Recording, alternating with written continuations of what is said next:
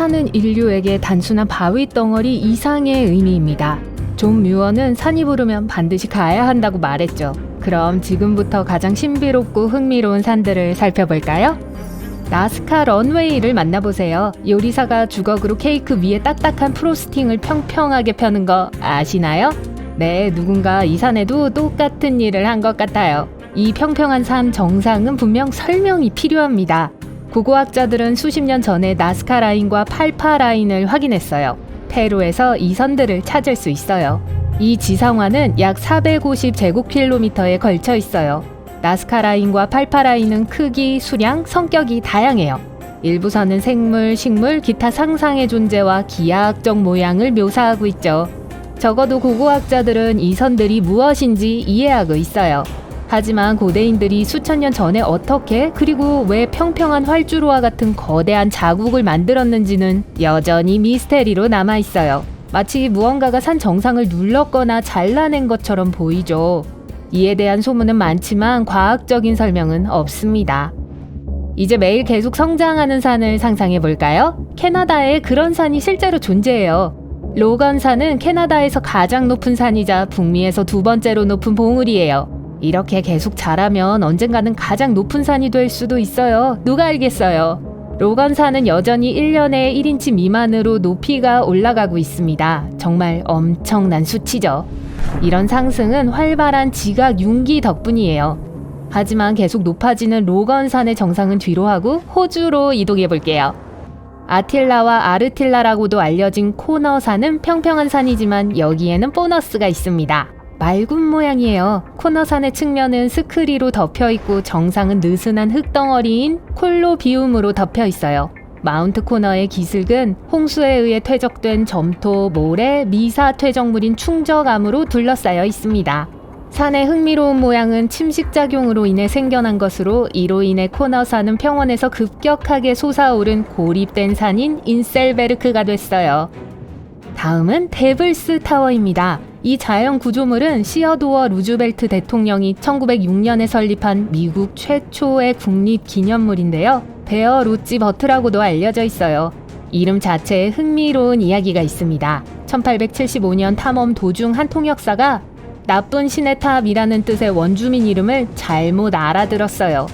그 후 잘못된 번역이 고착화됐죠. 이제 그 지역의 모든 안내 표지판은 악마의 탑이라는 이름을 사용해요. 시간이 지나면서 사람들은 진정한 의미를 갖도록 이름을 변경해달라고 당국에 요청했지만 아무 조치도 취해지지 않았습니다. 지질학자들은 19세기 후반부터 오늘날까지 데블스 타워를 연구해왔습니다. 여러 가지 이론이 있었지만 한 가지 분명한 사실이 있어요. 침식이 작용하고 있었다는 거예요. 비와 눈은 계속해서 기지를 둘러싼 바위를 침식하고 있어요. 이 과정은 계속될 거고 데블스 타워는 더 많이 노출될 거예요. 인기 공상과학 영화 제3종의 밀접한 만남에서도 영화 속 배경으로 나온 적이 있습니다. 외계인이 착륙한 곳이기도 하죠. 스포일러였네요. 기둥의 일부 또는 전체가 계속 잘려져 떨어지고 있어요. 데블스 타워는 높이가 약 386m고 세계에서 가장 큰 기둥 접합 사례예요. 또한 이곳은 20개 이상의 아메리칸 원주민 부족에게 신성한 장소로 여겨지고 있습니다. 막테슈라모는 네게부 사막의 지질학적 특징입니다. 이곳은 세계에서 가장 큰 침식 서커스예요. 이 지형이 길쭉한 하트처럼 생겼기 때문에 화산 분화구와 비슷하다고 생각할 수도 있을 텐데요. 아니에요. 믿기 어렵겠지만 수억 년 전 이 사막은 바다로 덮여 있었어요. 그러다 물이 줄어들기 시작했어요. 그 자리에 호흡 모양의 언덕이 남았죠. 그리고 시간이 지나면서 물과 기후의 힘에 의해 언덕은 평평해졌습니다. 강은 방향을 바꿨어요. 그리고 분화구 안쪽을 깎아내렸어요. 바닥은 계속해서 더 깊어졌습니다. 이 모든 게 주변 벽의 형성 속도에 비해 매우 빠르게 일어났어요. 그래서 벽은 점차 높아졌고 분화구는 깊어졌죠. 이로 인해 더 많은 고대 암석층이 노출됐습니다. 분화구 바닥에 있는 암석은 최대 2억 년 전 거예요. 오늘날 분화구의 가장 깊은 곳에는 이 지역에서 유일한 천연 수원이 있어요. 야생동물도 서식하고 있답니다. 이 이미지는 포토샵으로 합성된 것처럼 보이지만 그렇지 않아요. 이 지질학적 경이로움은 중국에 위치하고 있고 레인보우 산맥이라고 불립니다. 그렇다면 레인보우 산맥이 이런 색을 띠게 된 원인은 무엇일까요? 바로 사암과 미사석으로 형성됐기 때문이에요. 철분과 기타 광물이 퇴적된 모래와 미사가 색을 만드는 핵심 성분으로 밝혀졌습니다. 기본적으로 두 개의 판이 있었어요. 약 5,500만 년 전에 서로 충돌하고 압축되기 시작했죠. 아마 그랬을 거예요. 그땐 새가 없었지만요. 시간이 지나면서 접혀서 이 산이 된 거예요. 퇴적암은 계속 숨어 있었을 텐데 압력에 밀려 표면으로 드러났어요. 다시 말하지만 물과 침식으로 인해 일부 암석층이 제거되고 다양한 광물과 원소가 포함된 지층이 드러났어요. 이것이 바로 레인보우 산맥 곳곳에서 매혹적인 색채를 볼 수 있는 이유예요. 일본의 후지산으로 넘어가 볼게요. 우아하고 코믹한 모양이 재밌어 보이네요. 잠깐만요. 원뿔 모양이라고 해야죠. 그래서 딱히 재밌는 산은 아니네요. 네, 아무튼 일본에서 가장 높은 산으로 높이가 3.8km입니다. 게다가 가장 신성한 산이기도 해요. 일부 불교도들은 이 산이 다른 세계로 통하는 문이라고 믿죠. 다음 정거장은 몽블랑 단층 지괴입니다.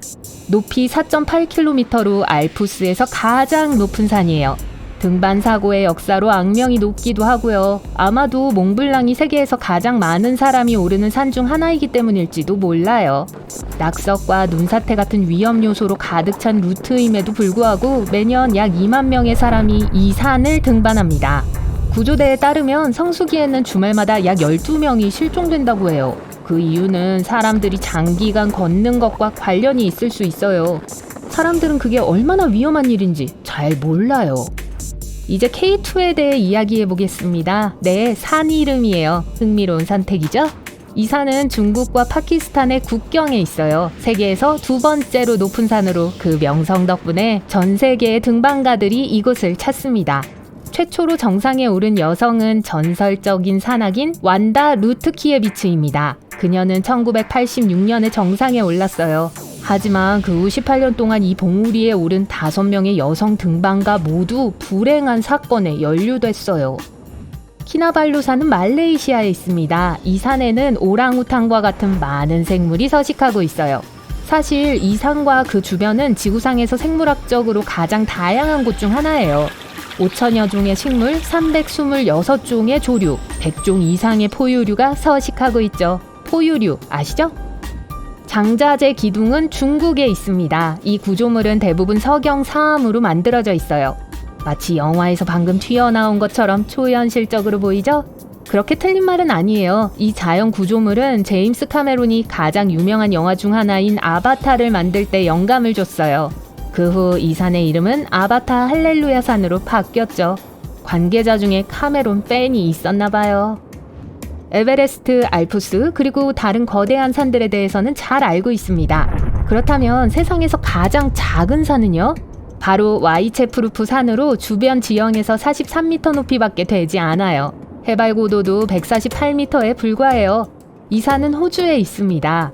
와이체프루프 산을 언덕으로 분류할지 산으로 분류할지에 대한 논쟁이 있어요. 흥미롭게도 와이체프루프 산보다 에베레스트 산 정상에 오른 사람이 더 많지만 와이체프루프 산을 오르는 것이 훨씬 더 쉬워요. 아마도 산을 단순히 두더지 언덕으로 만든 건가 본데요. 어떻게 생각하세요? 이번 건 산이 아니라 언덕이 모여있는 거라 일종의 보너스예요. 너무 멋있어서 언급할 가치가 있다고 생각했어요. 필리핀 보홀 지방에는 1250개가 넘는 초콜릿 언덕이 있습니다. 이름이 인상적이죠? 언덕을 덮고 있는 풀 때문에 붙여진 이름이에요. 건기에는 초록색 잔디가 초콜릿 갈색으로 변해요. 정말 맛있어 보이는데 초콜릿이 먹고 싶네요.